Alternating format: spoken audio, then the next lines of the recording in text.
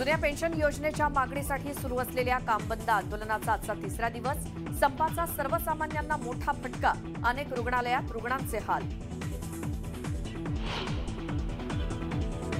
सरकारी कर्मचाऱ्यांच्या संपात पडली फूट। महानगरपालिका, नगरपालिका आणि नगरपरिषद कामगार कर्मचारी संघटना फेडरेशन यांची संपामधून माघार।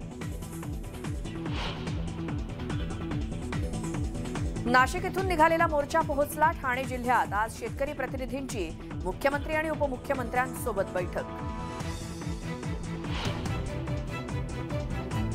राज्याच्या सत्ता संघर्ष सुनावणीचा या आठवड्यातला तिसरा दिवस। दोन्ही बाजूंकडून जोरदार युक्तिवाद।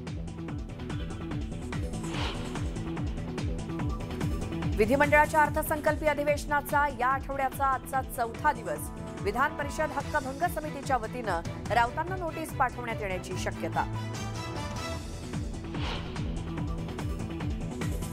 संभाजीनगरात मनसेच्या नामांतर स्वप्नपूर्ती रॅलीला परवानगी नाकारली, तर रॅली काढण्याचाच मनसे नेत्यांचा निर्धार।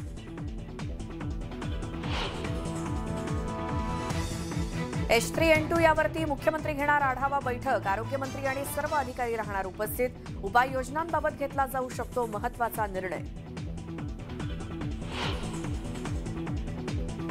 हवामान विभागाने दिलेल्या अंदाजानुसार राज्याच्या विविध भागात अवकाळी पावसाची शक्यता। शेतकऱ्यांनी सतर्क राहण्याचं आवाहन।